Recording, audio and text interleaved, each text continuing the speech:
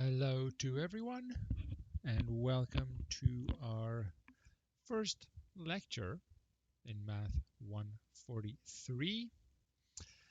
As it's still early and everyone's getting used to things, perhaps, I just want to check that everyone can both see and hear me. Everything looks good on your end.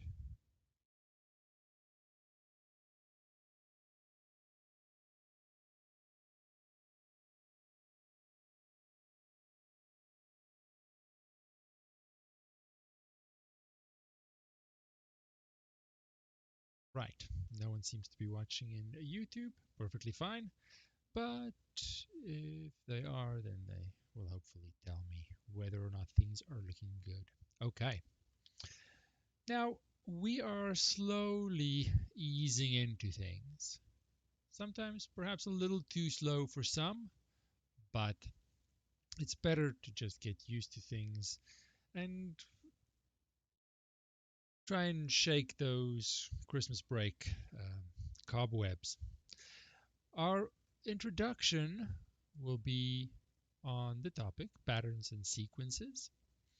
And when we look at the worksheet and think about what level we might be teaching and introducing patterns and sequences, it's often done by way of pictures, different diagrams, trying to illustrate uh, and get kids used to noticing patterns and trying to exploit a pattern to predict the next shape in the sequence. So let me just get something to write on. And we have our first exercise, exercise 1.1. So the first issue is, do we notice a pattern in the shapes? And can we use that to predict what might come up if that pattern continues, what might come next?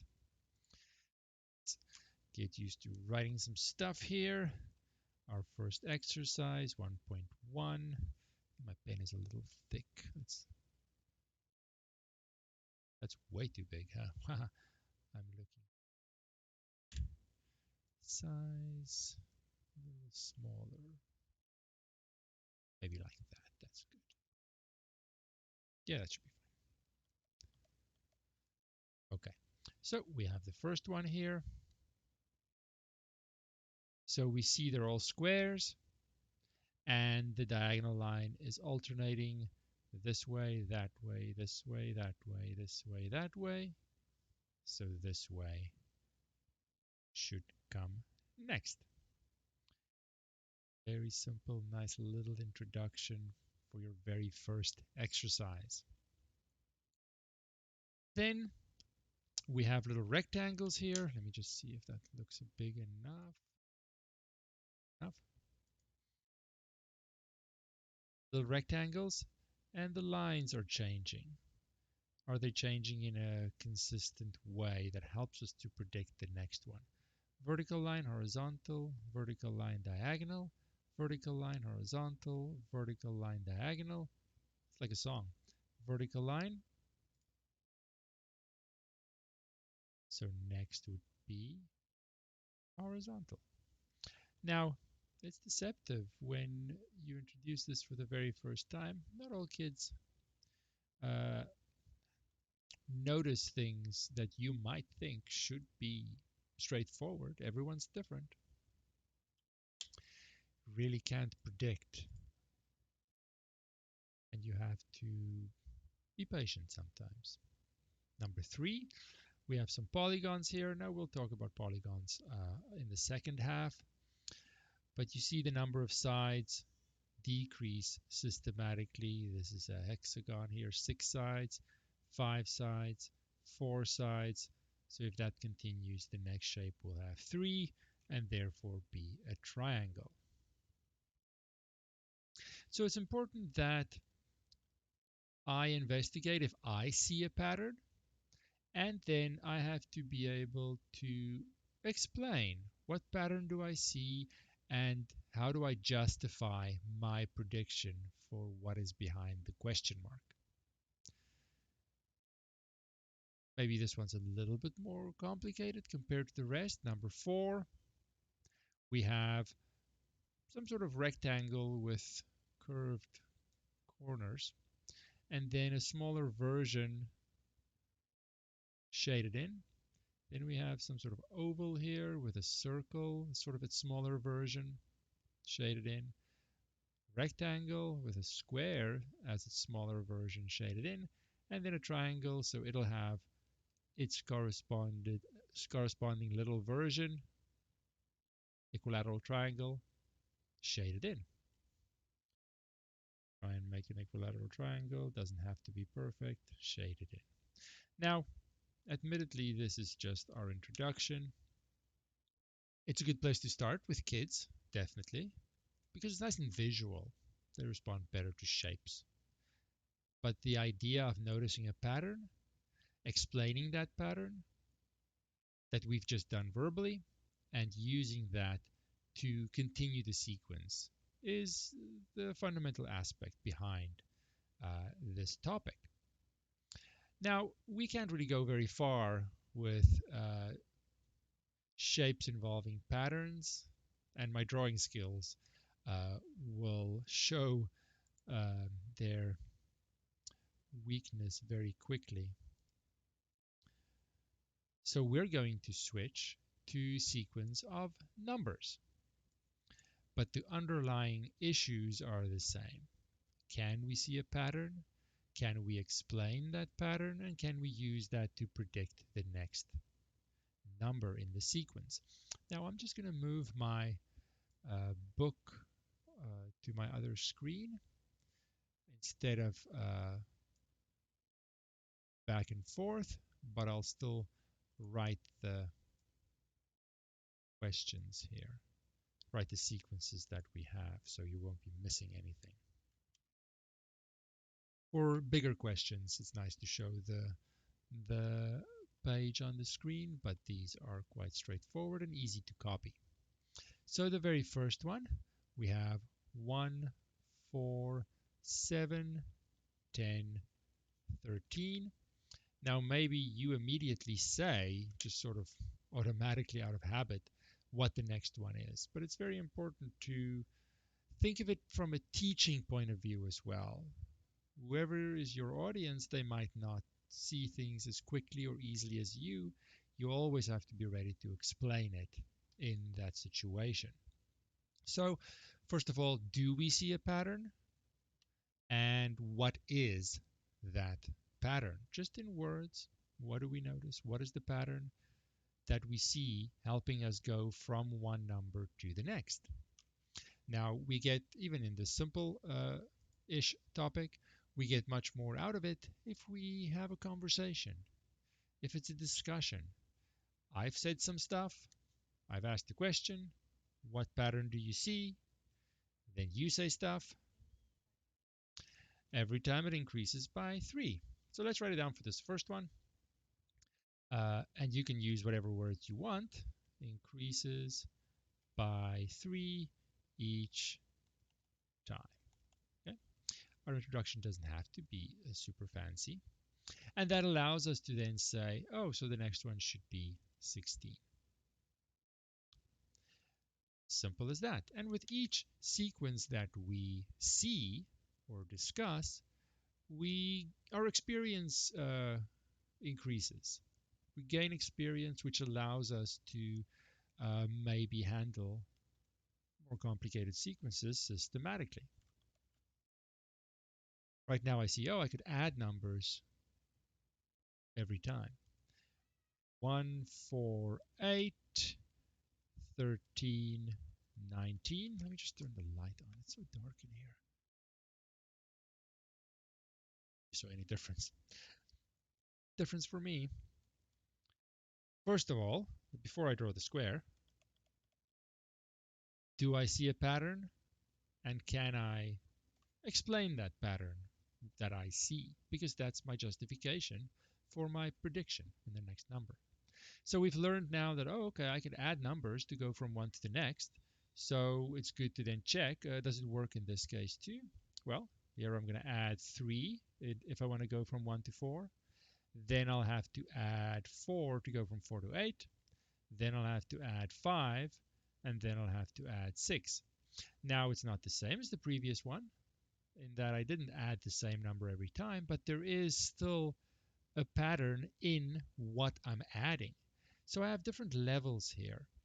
I have the original sequence at my main level, but if I go one level down to see the numbers added in this case, that itself might have a pattern that is maybe easier than the top level. And in this case, the numbers I add increase by 1. So the next number I add may be 7, and that allows me to make a prediction that most likely the next number in the sequence is 26. And I can explain that and defend why I say it's 26. I have limited examples.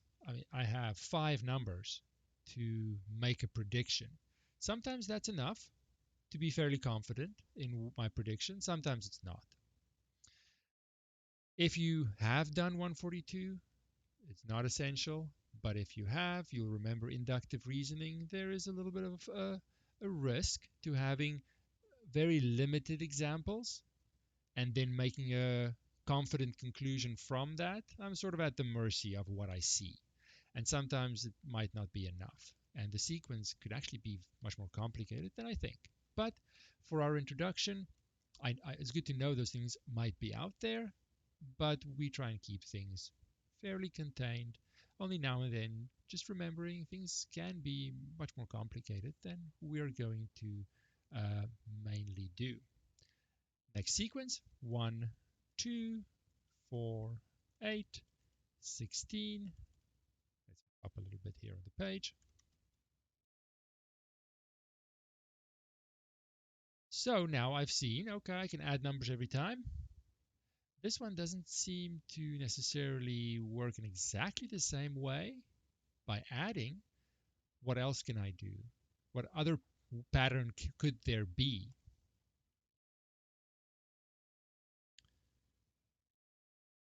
That was a question, which means it'd be nice if you answer. It can also be multiplication. Why not? So I'd be, oops, I'm in eraser mode here. I could multiply from one to the next. And in this case, I'm not sure why I'm writing so small. They're all squished together here. In this case, I'd be multiplying by 2. Let me see. My writing is unnecessarily small. That's okay. We can still see it. And then, now this is enough for an explanation right now. Just know that by saying it or helping write a few arrows underneath, we are explaining the pattern that we see, exploit to make a prediction for the next number. So by now I've realized, oh, I can use any sort of arithmetic to link one number in the sequence to another. Could be addition and therefore also subtraction. It could be multiplication and therefore also division. Let's see what else we have here. Number 4, we have 10, then 100, then 1,000, like a comma there, then 10,000, and then my next one. Now, building my experience should allow me to very quickly realize, oh, this is multiplication by 10 every time. And the next one is easy to justify why I think it should be 100,000. Right. Now I'm just going to do things in a slightly different order. Actually, no, I like number 5 next. Number 5 is good. Build things up in the nicest way possible. So with every example, we gain some experience, which makes future examples easier, in theory. You can say here, okay, well, we have adding numbers, adding, subtracting, multiplying, dividing as options. And now I can run through the options. Ooh, what do I see here? Let's try adding. I can add 3. I can then add 5. I can then add 7. And those numbers don't have to be the same, but there is a clear pattern among them that I'm adding by increasing odd numbers. So the next one I'll add is 11, and then the result or the prediction with confidence, fair bit of confidence in this one, is 36. So here we have one way. Let's say we add increasing odd numbers. Now we could be more elaborate and detailed in our words here, but just having some explanation, right? This is one way to do it. But there's also another way. Nothing wrong with this way, but it's not the only way. If I just give my sequence some places here, and this number 1, 4, 9, those are the numbers in the sequence. It's not going to change, and I'm looking for the next one. This number 1 is in the first position. So I have the sequence itself here, and I'll write underneath the positions in which those numbers occur.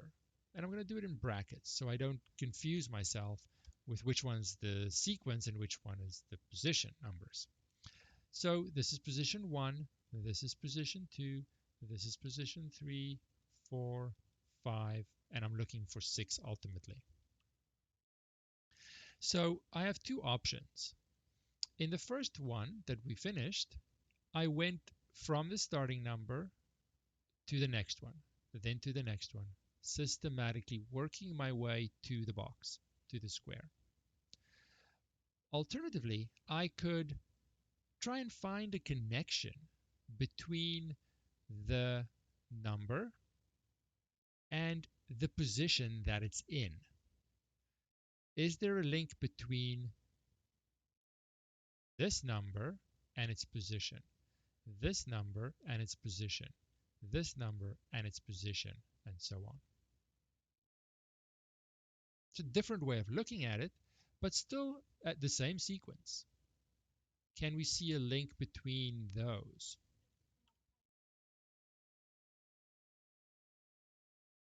Well, at this stage, we don't need to prioritize one above the other. It's just another way of looking at it, which down the line may or may not be more convenient.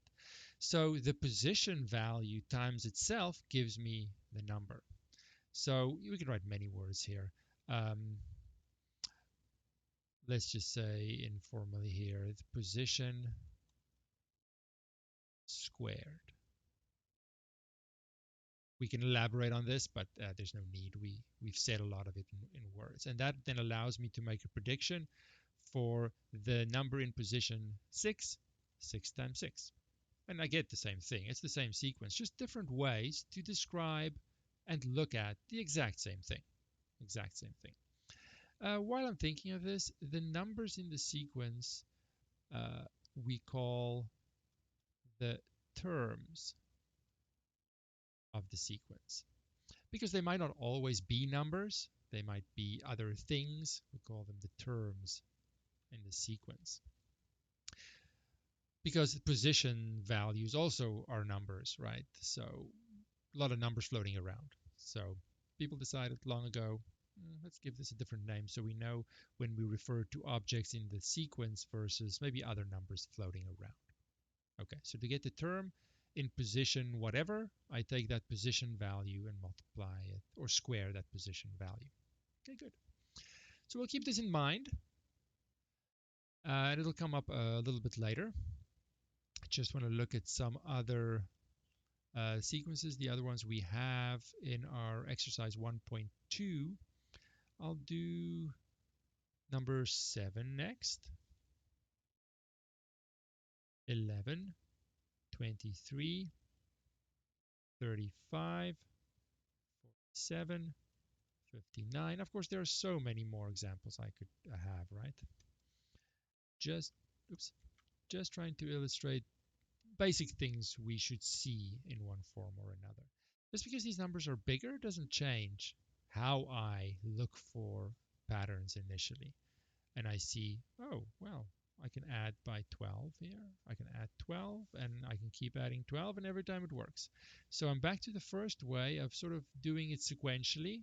But if it works and I don't have to do more with it, why change things, right? Go with what works. Uh, so we have 59 plus 12 is 71, and I'm done. Perfect. No problem at all. I know that there are other ways to look at things, but if I don't need such a fancy view for my goals, why bother? It'll come up later. Then we still have to do number 8 I'll do next. We have 1, 6, 4, 2, 0, and it continues forever.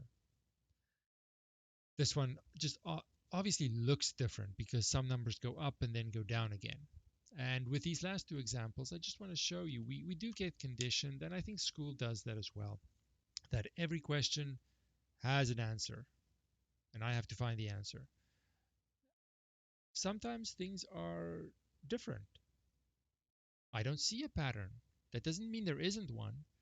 That just means based on my experience that I have so far, which is quite limited, we've only done a few examples. We can't expect to notice every pattern that's possible, right? And that's not any reflection on me. It just this topic of noticing patterns in sequences, there's no end to the complexity.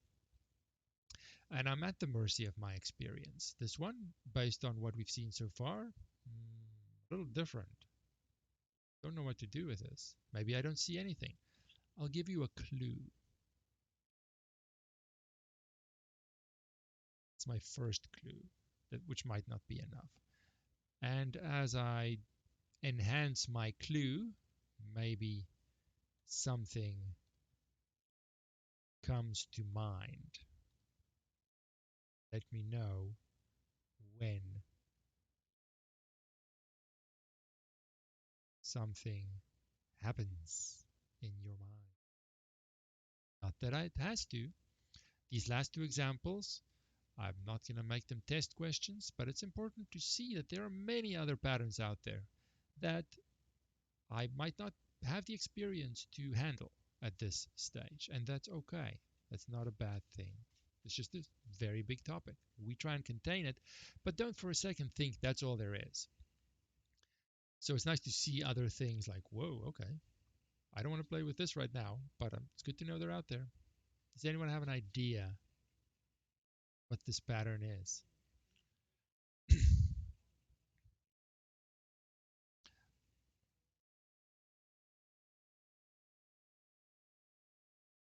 I am just adding in a loop on a circle.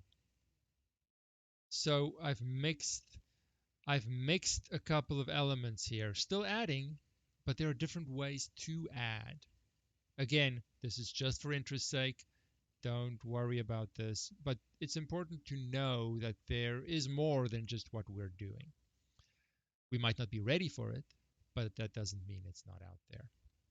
So then 0 plus 5 is obviously just 5. So 5 steps, 1, 2, 3, 4, 5 gets me to 6.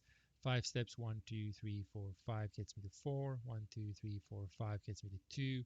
1, 2, 3, 4, 5 gets me to 0, and then of course 5. So there are interesting things, but of course we have to do things systematically, right? It's such a big topic, we can't do everything at once. But it's good to just have it in the back of your mind that, oh, there's much more that we could do. I'll change, not number 9, That's not at all what I wanted to write. I think we skipped 6, but I am going to change 6 because there is a little bit of a typo. 3, 1, 4, 1, 5, 9. Oops, I'm sort of encroaching here. There's my sequence. We have to be okay, just in general. If you go out there and look at sequences, it's not a test question or anything. I don't know what we're going to get, right? Sometimes it's just a matter of I do not see any pattern. And sometimes it could just be a list of random numbers. I don't know. And that's okay. Now, I'm not going to give you a test question like that, so don't worry about things like that. But no, that sometimes I just don't see anything. That doesn't mean there isn't anything. Based on my experience, where I'm at right now, it's too much for me. Like this, I have no idea what the next number is. Don't see anything. I can try adding, multiplying doesn't work. I thought maybe the ones alternate. 3, 4, 5. It just doesn't work. Now, the more I see, the better it might get. But there is no pattern here. This is actually the digits of pi. And pi is probably one of the most well-known numbers to be a non-repeating, non-terminating decimal. It has infinitely many decimals, infinitely many digits that never repeat, that never has a pattern. It's not completely random either. It's something in the middle. So we don't have to think that, oh, we have our introduction of sequences and now we can do everything. No, not at all. Not at all. There is a bunch more that there's no end to the difficulty. So we definitely want to contain things. Otherwise, it's going to get overwhelming. Let's go back to the sequence 1, 4, 7, 10, 13. That keeps going forever. Let's go back to that. That made me feel much better. It's nice to see things, add some experience, but maybe it's too much variation right now. Let's stick to something that I hope most of us saw a pattern fairly quickly, that we're adding 3 every time, and there is nothing wrong with that. So in words, I could explain this pattern. But what I have to say in order to clearly explain this specific sequence, it's not just one thing. I can't just say add 3 every time. Let's imagine you're going to your friend and you tell them, I'm thinking of a sequence of numbers. I add 3 every time. Is that enough information for them to write down the sequence? Just knowing that you add 3 every time. Not enough. Not enough. Because they need to know where to start in order to get things going. I could start at 2. Then I get 2, 5, 8 in a different sequence. But I'm still adding 3 every time. So there are 2 things that I need to know. I need, or tell my friend, I need to start at 1, and then I need to add 3 every time. Now, when we use words, it's fairly casual, meaning every time, meaning going from one to the next. We can elaborate on this last sentence, right? Saying that in order to get a number in the sequence, I have to take the previous one and add 3. So we can be more specific here if we want to. Let's say it like this. To get a term, those are the numbers, the terms in the sequence, add 3 to the previous term. That'll be more specific.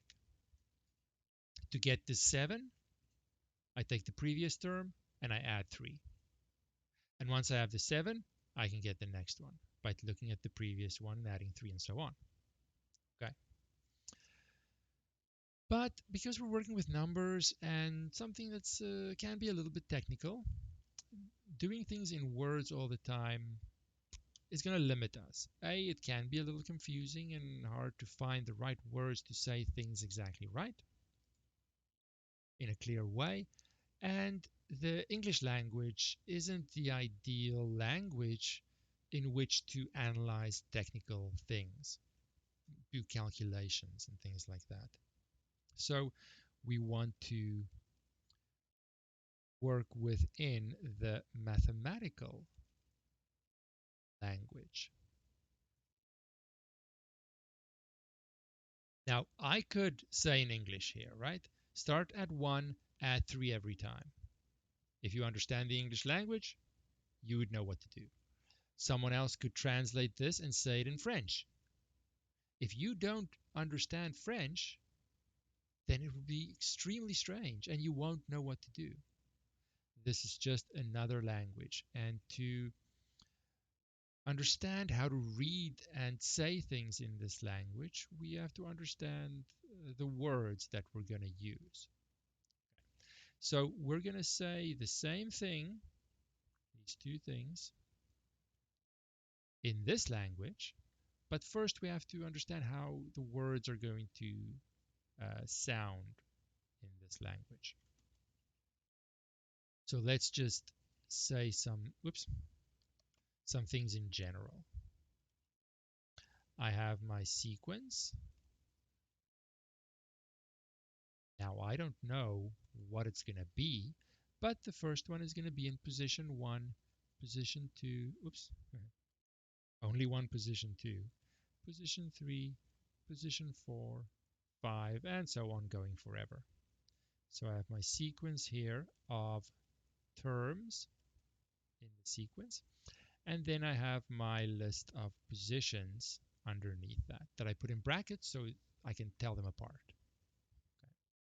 Now I don't know what specific sequence I may want to look at, so I want to give them general names, knowing that there are numbers and I might have a specific sequence like this one that I want to look at, but I don't want to restrict myself to look at a specific example.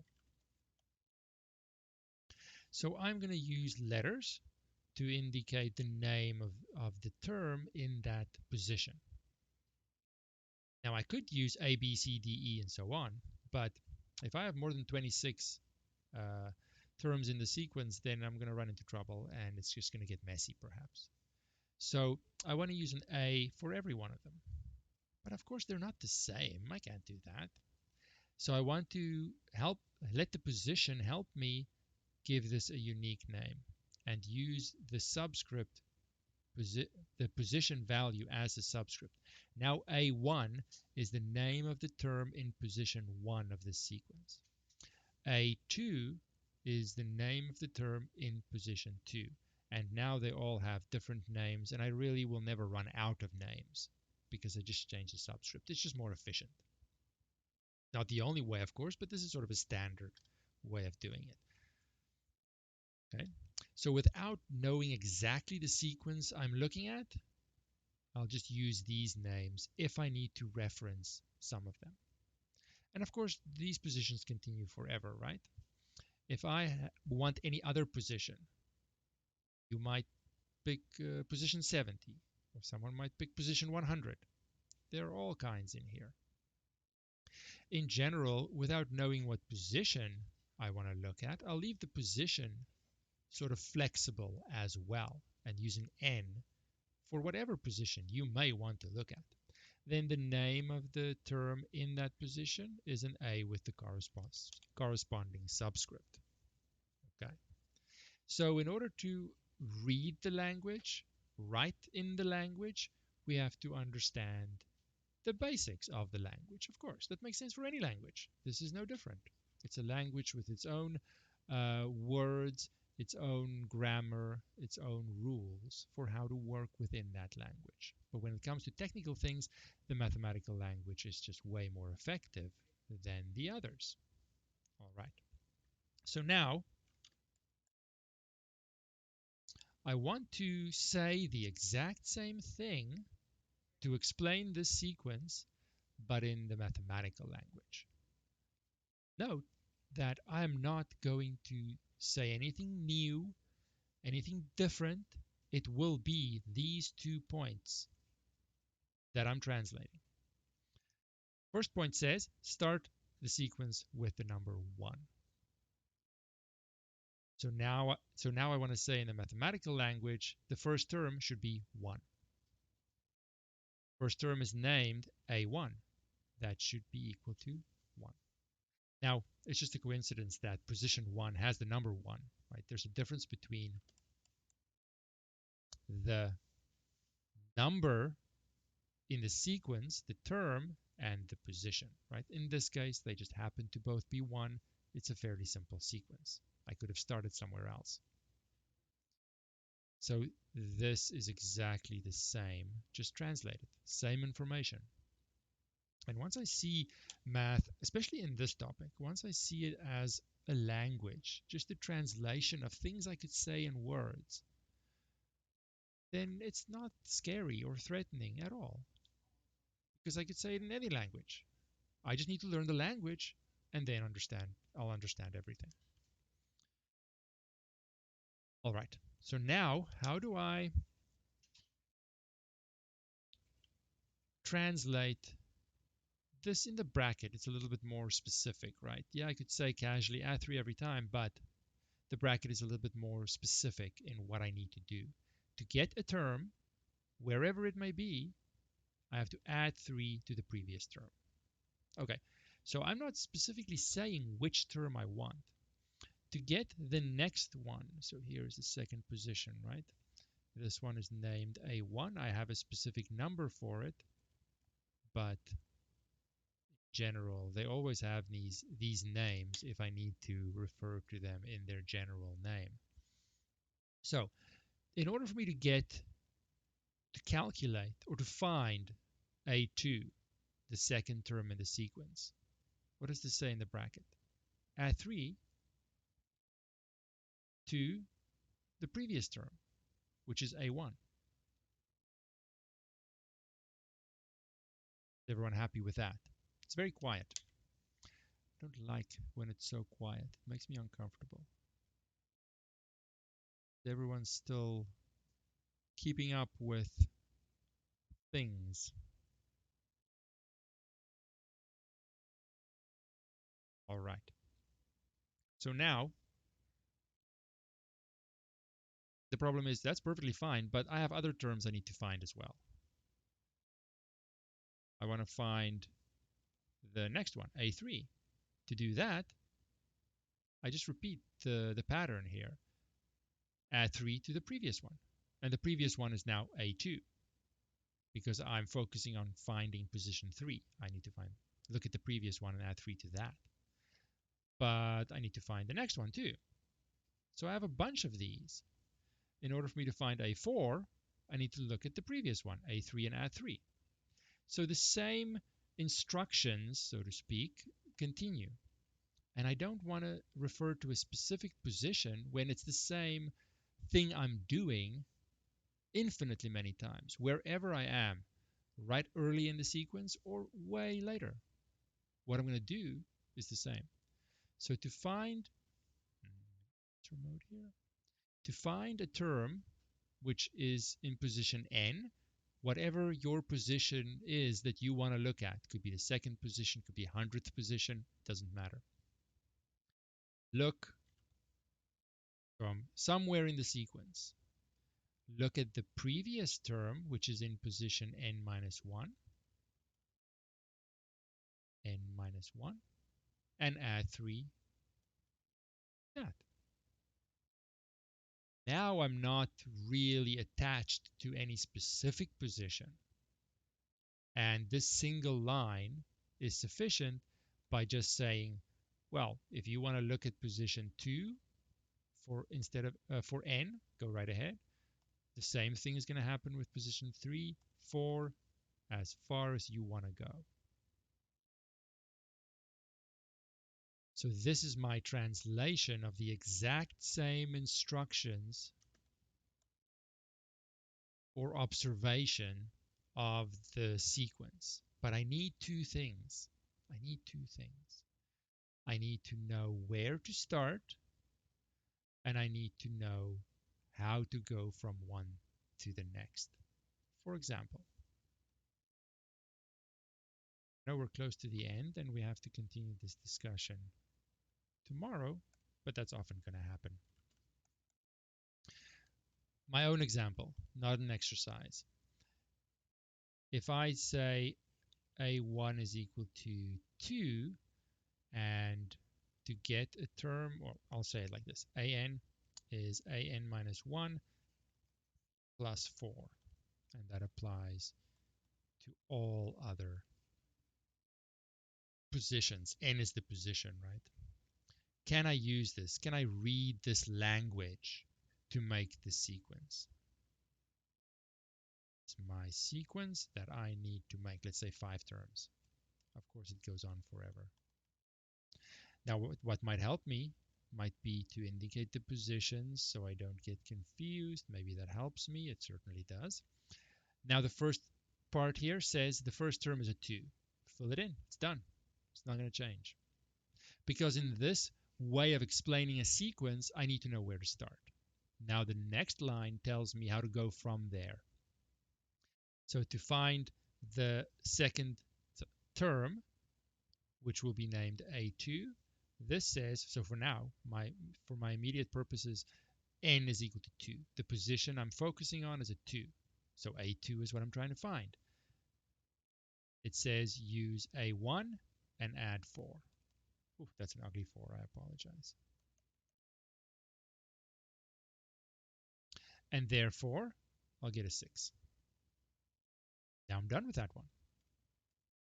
Now I'm moving on to position 3. Now n is 3, and I want to find A3. The instructions say use the one before and add 4. Well, the one before is 6, so I'm going to get a 10. And so I continue to get 14 and 18 and go as far as I want to go. So the very first thing that we need to be able to do is read something like this. Yes, we call it a formula, but it's really just instructions in the mathematical language. And in order for me to understand what it tells me to do, I need to be able to read the language. Now we'll stop here because that's as far as the first section got. We had some technical issues and we lost a few minutes, and I want to keep everything in sync. Are there any questions at this stage? We're not done. If you look at the book, there are more exercises and things to do. You never have to read ahead if you don't want to. We're just going to pick it up where we stop here tomorrow, and systematically we'll get to everything we need to get. But are there any questions or comments about this right now?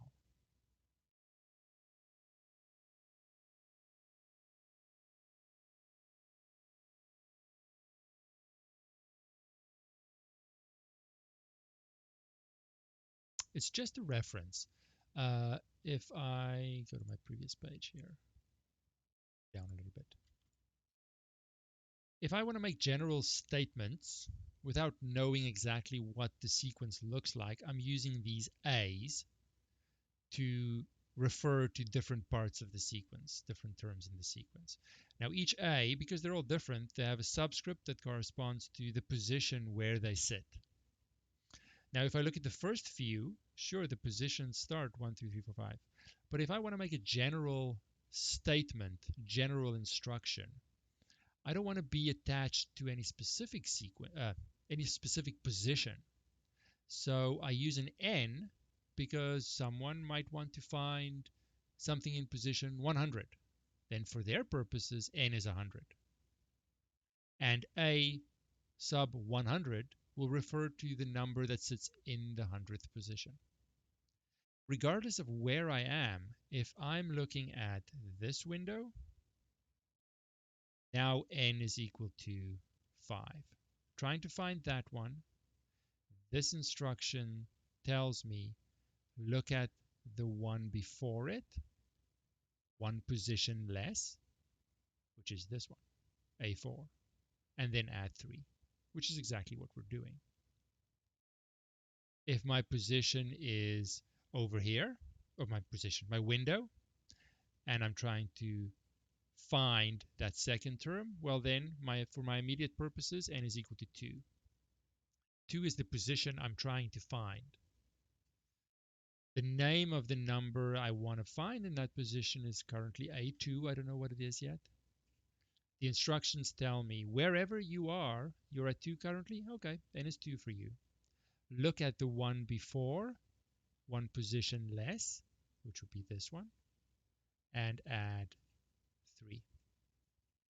But now this instruction is, if I look at the words, the instruction doesn't care where I am. I'm shifting my window systematically to make more numbers in the sequence. It doesn't care where I am. I have to decide where I am.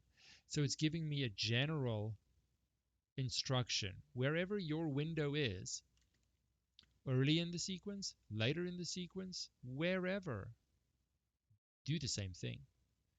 To find a term in the sequence, look at one position less, so the one right before it, and add 3. But because the instructions don't know where I am in the sequence, and I'm going to shift my view anyway, it tries to give me a general instruction for how to calculate any term I want. And in this case, how I do it is by looking at the term that came right before it. See, position n could be anywhere, but relative to that position, I look at the position 1 less. So in that sense, my window can be wherever. It's always going to be relative to where I focus. Does that help? Sometimes, don't assume, oh, it's lesson 1. These things should be very obvious. No, a language is hard to learn. And if you haven't seen this aspect of the language yet, of course it's hard. You put another language in front of me and expect me to understand it, it's not going to happen. And it's going to be difficult to take those initial steps. It's no different. It is just a language issue. This is just maybe a more scary looking technical language, but the aspect of language learning is the same. And then a month from now, it happens every semester. A month, 2 months from now, you look back at this and think, oh, well, how did I ever struggle with this? Just like you would if you learned a new language. Those first lessons, and then a year later, you look back like, oh, those words were so easy. It's all a matter of where you are in the learning journey.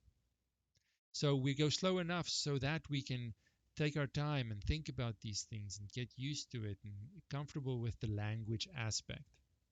If we rush through it, we need time sometimes. So luckily we have time. But if you have any other questions, send an email. Come to the open Q&A sessions. Ask in the session. You see we have lots of time. Is there anyone else who wants to say something right now?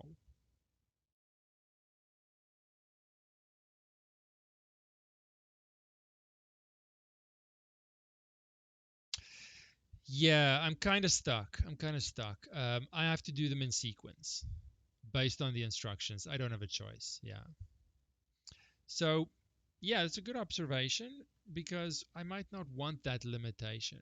So tomorrow we'll talk about, okay, what other options do I have if I don't want to necessarily do find the terms one at a time. If I need to get to the 100th term, doing them one at a time is going to take a while. Is there maybe something that is a little bit more efficient depending on my purposes? Now, we only want to get used to the language, so this kind of formula is sufficient for that goal, but not for any goal. All right, let us pause there and continue this discussion tomorrow. Enjoy the rest of your day, and we'll talk then.